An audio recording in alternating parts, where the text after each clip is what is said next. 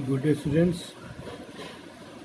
हमने एक टॉपिक शुरू किया था लाइफ प्रोसेस का, और उसमें धीरे धीरे पढ़ते हुए डाइजेशन के बाद, रेस्पिरेशन के बाद एक टॉपिक आता है हमारा, and that is transportation. Topic is transportation, और उसी में एक सब टॉपिक है हमारा, दैट इज़ डबल सर्कुलेशन। सबसे पहले ट्रांसपोर्टेशन की जब बात आती है और ह्यूमन बींग्स के रेफरेंस में हम इसकी बात करते हैं, तो ट्रांसपोर्टेशन का ह्यूमन बींग्स के लिए क्या मतलब है। इसका जो आप ट्रांसपोर्ट करते हैं, जो चीज़ें ट्रांसपोर्ट होती हैं, वो चीज़ें क्या हैं।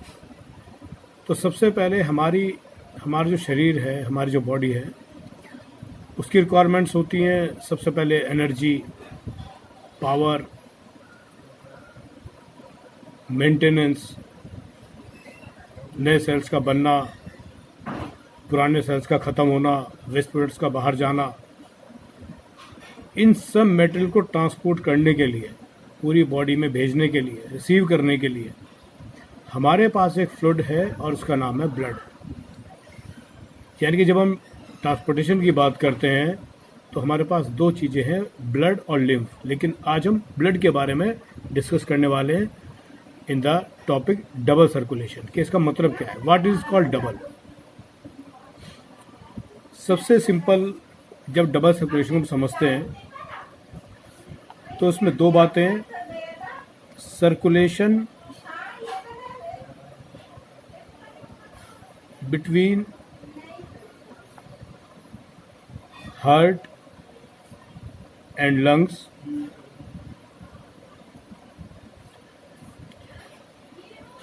and secondly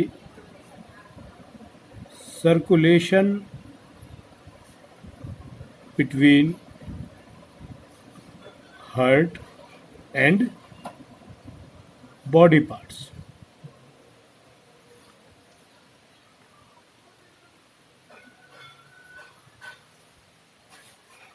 ये दोनों लाइन्स हैं हमारे सामने, circulation between heart and lungs, circulation between heart and body parts. और जब ये दोनों साइकिल्स पूरी होती है तो हम कहते हैं हमारा डबल सर्कुलेशन कंप्लीट होता है। बट इसका यूज़ क्या है, इसका महत्व क्या है हमारे लिए। और अगला सवाल है कि क्या डबल सर्कुलेशन हर ऑर्गेनिज्म में होता है। आंसर है नो। आपकी बॉडी में डबल सर्कुलेशन का जो पर्पज़ है वो ये है कि एक सर्कुलेशन जो है पहला, उसमें हमारा हार्ट ब्लड को रिसीव करता है ऑक्सीजन लेने के लिए, और जो हमारा दूसरा पार्ट है उसका पर्पज़ है कि जो CO2 लिबरेट होती है ऑक्सीजन के इस्तेमाल के बाद, उसको शरीर से बाहर भेज देना।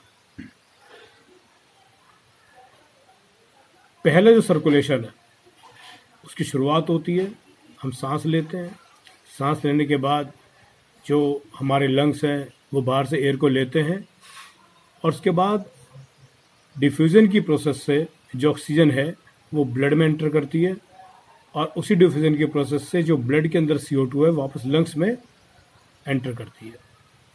हमारा जो ब्लड है वो ऑक्सीजन को लेके हार्ट में पहुंचता है, और हार्ट का काम होता है उस ऑक्सीजनेटेड ब्लड को सारे बॉडी पार्ट्स में भेज देना।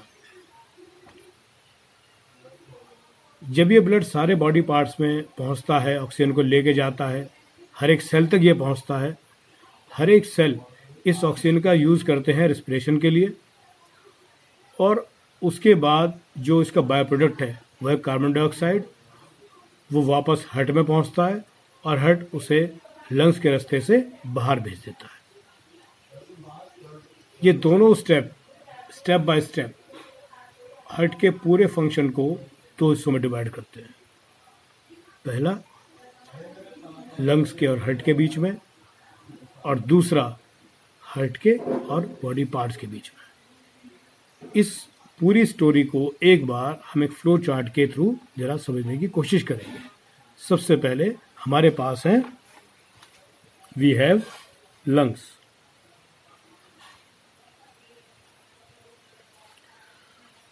Lungs, oxygenated blood, this is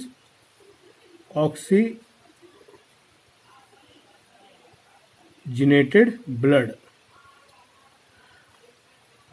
इसको भेजते हैं हार्ट के पास।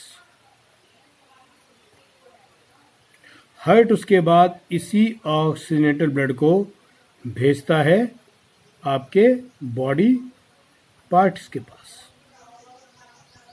बॉडी पार्ट्स इसका इस्तेमाल करते हैं। इस्तेमाल करने के बाद जो CO2 लिबरेट होती है, उस CO2 को वापस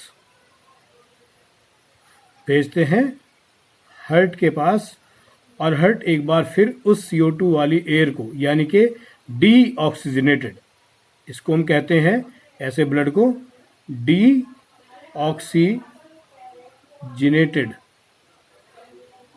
इस ब्लड को दोबारा से लंग्स के पास भेजते हैं, और बाहर जाती हुई हवा, जिसको हम एक्सहेलेशन कहते हैं, बाहर जाती हवा के साथ ये सारे CO2 शरीर से बाहर निकल जाती है।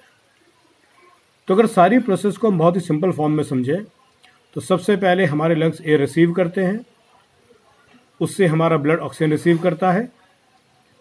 ये ऑक्सीजनेटेड ब्लड, ये ऑक्सीजन हमारे ब्लड के साथ हमारे हार्ट की तरफ जाती है।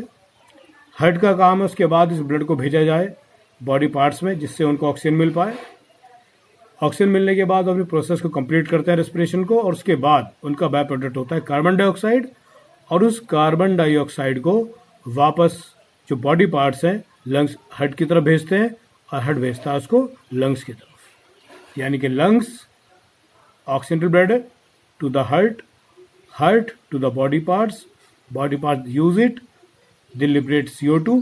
This CO2 with blood again passes to the heart, and heart again passes this deoxygenated blood to the lungs again. हमने सांस ली, हमने ऑक्सीजन रिसीव की, ये हमारी ऑक्सीजन जो एयर के साथ गई ब्लड में मिक्स हुई, वो ब्लड हार्ट के पास पहुंचा, हार्ट ने वो ब्लड को बॉडी पार्ट्स के पास भेजा, बॉडी पार्ट्स ने ऑक्सीजन का यूज़ किया और उसको वापस भेजा हार्ट के पास।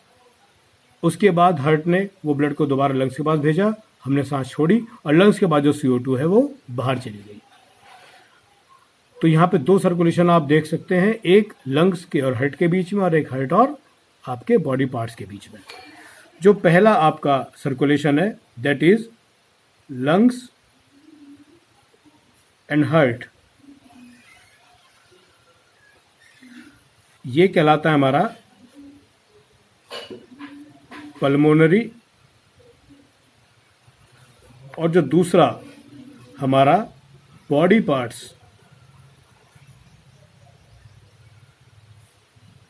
और हार्ट के बीच में, ये कहलाता है हमारा सिस्टेमिक। इन दोनों तरह के सर्कुलेशन को परफॉर्म करने के लिए आप हार्ट के स्ट्रक्चर पे अगर जाते हैं तो हार्ट के पास 4 चैम्बर्स हैं। हम कह सकते हैं हमारा जो हार्ट है वो 4 हिस्सों में डिवाइडेड है। अगर हम इसको लॉजिकल डायग्राम बनाते हैं तो लॉजिकल डायग्राम को शो करते हैं हम इस तरह से।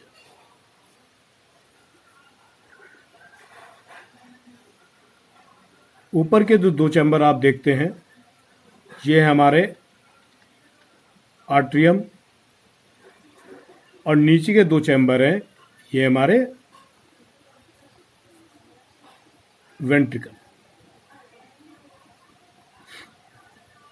ये लेफ्ट, अगर मैं इसको सामने से देख रहा हूँ, अगर हम इसको सामने से देखते हैं, अगर ये लॉजिकल डायग्राम है, अगर आप इसको रिवर्स करके देखते हैं नोटबुक को अपनी, तो logically this is left atrium, this is left ventricle, this is right atrium, and this is right ventricle. देखा ही जाता है कि लेफ्ट के 2 चैम्बर्स हैं वो ब्लड स्टोर करते हैं, राइट के चैम्बर्स भी ब्लड स्टोर करते हैं, लेकिन लेफ्ट के 2 चैम्बर्स स्टोर करते हैं हमारा ऑक्सीजनेटेड ब्लड, और राइट के 2 चैम्बर्स हैं वो स्टोर करते हैं हमारा, टेम्परेली स्टोर करते हैं हमारा डीऑक्सीजनेटेड ब्लड।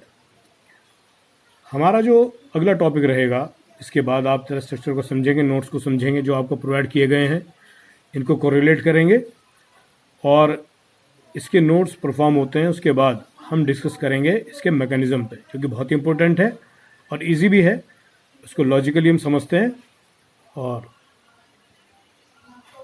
बाकी जो भी आपकी क्वेरीज होंगी, जो आपके ग्रुप्स के थ्रू या जैसे भी आप मुझे बताएंगे, और उसके अकॉर्डिंग ही मैं आपके लिए अपना अगला लेक्चर तैयार करूँगा। थैंक्स।